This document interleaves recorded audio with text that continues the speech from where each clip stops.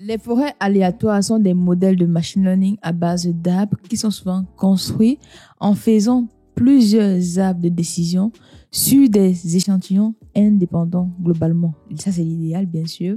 En général, lorsqu'on a une classification, pour pouvoir faire une prédiction avec des forêts aléatoires, on va réaliser ce qu'on appelle le vote à la majorité de tous les arbres qui composent la forêt.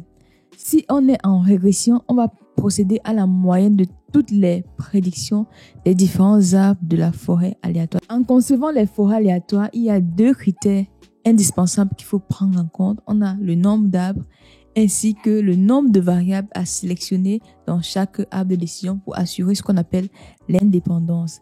Dans cette vidéo, je vais partager avec vous les critères essentiels pour choisir justement les paramètres les plus pertinents dans une forêt aléatoire. On va voir ensemble quels sont les critères à regarder une fois qu'on a estimé la forêt aléatoire pour pouvoir évaluer sa qualité. Et enfin, on verra ensemble une notion nouvelle qui est l'erreur out of band. Ceux qui ne me connaissent pas, moi, c'est Natasha Njongwa, ingénieure data scientist depuis 4 ans dans le secteur financier. Et cette année, je me suis lancé un challenge fou qui est de partager avec vous une nouvelle vidéo tous les jours pendant 100 jours pour pouvoir vous aider à passer de 0 à 1 en matière de data science. Nous sommes le jour 60 et franchement, on a déjà parcouru un très grand chemin. Il y a déjà pas mal de notions que j'ai partagées avec vous. C'est complètement gratuit. N'hésitez pas à vous mettre à jour sur la playlist juste ici.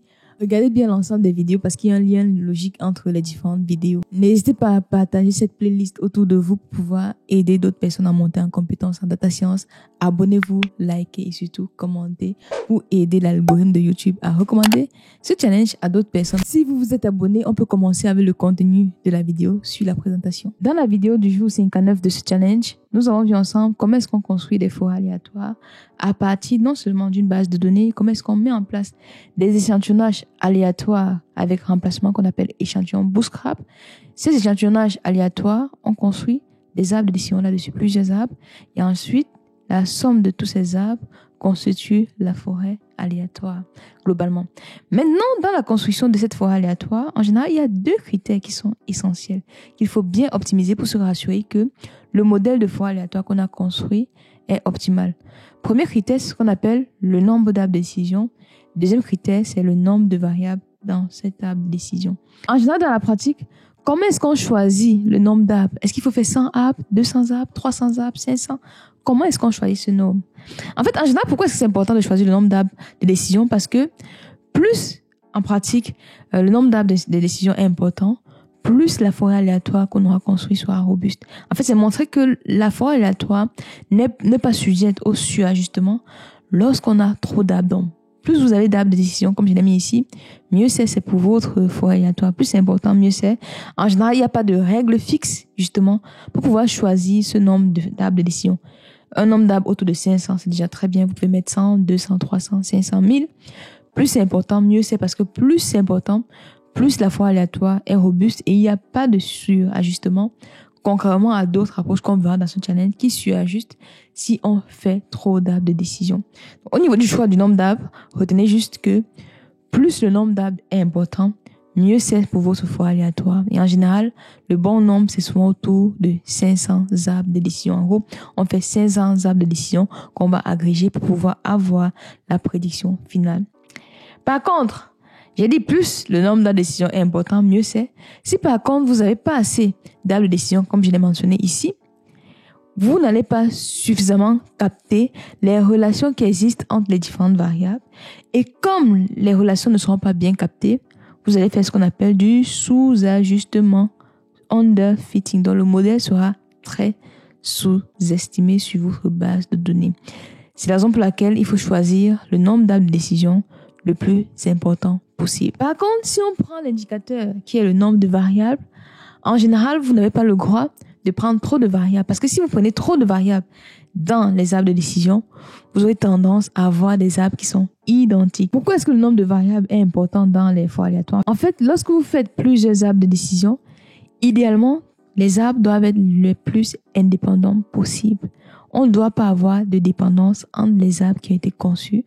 C'est la raison pour laquelle il faut que les variables soient les moins nombreuses possibles. Parce que si vous avez trop de variables, vous aurez exactement le même arbre. Si vous avez exactement le même arbre, vous avez overfitting parce que vous ne bénéficiez pas justement de cette force des forêts aléatoires qui va consister à prendre des règles faibles, les agréger pour avoir un estimateur robuste. En termes de nombre de variables, il faut trouver le juste milieu. Et en pratique, c'est généralement recommandé de prendre comme nombre de variables la racine carrée du nombre de variables total de votre base de données.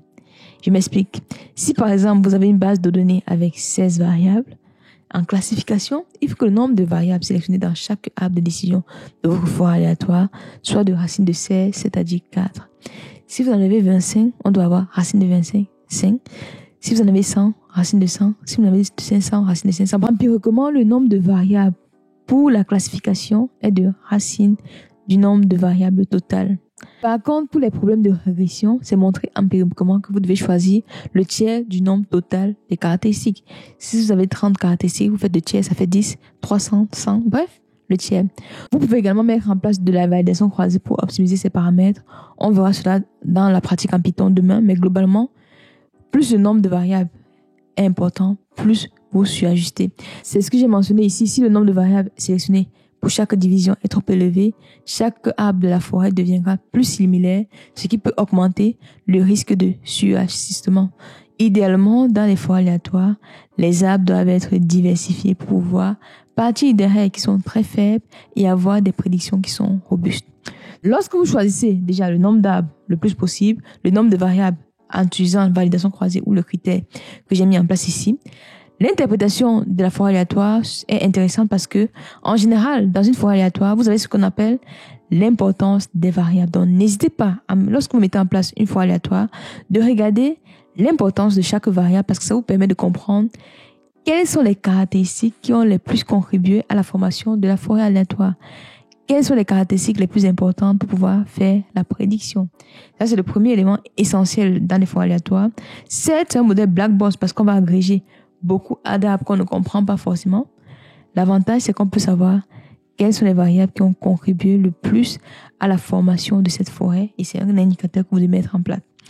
Au-delà de l'importance des variables, vous devez également regarder les maîtrises de performance, bien sûr. En classification, l'AUC, le R2, F1 score, précision, recall et autres. En régression, RMSE, R2, MAPE, MAE, MSE, etc. Donc, on regarde toujours les métriques de performance classiques. Ici, j'ai mentionné rapidement de la validation croisée. Vous avez vu, on a fait Leave One Out, CAFOLD, PFOLD et autres.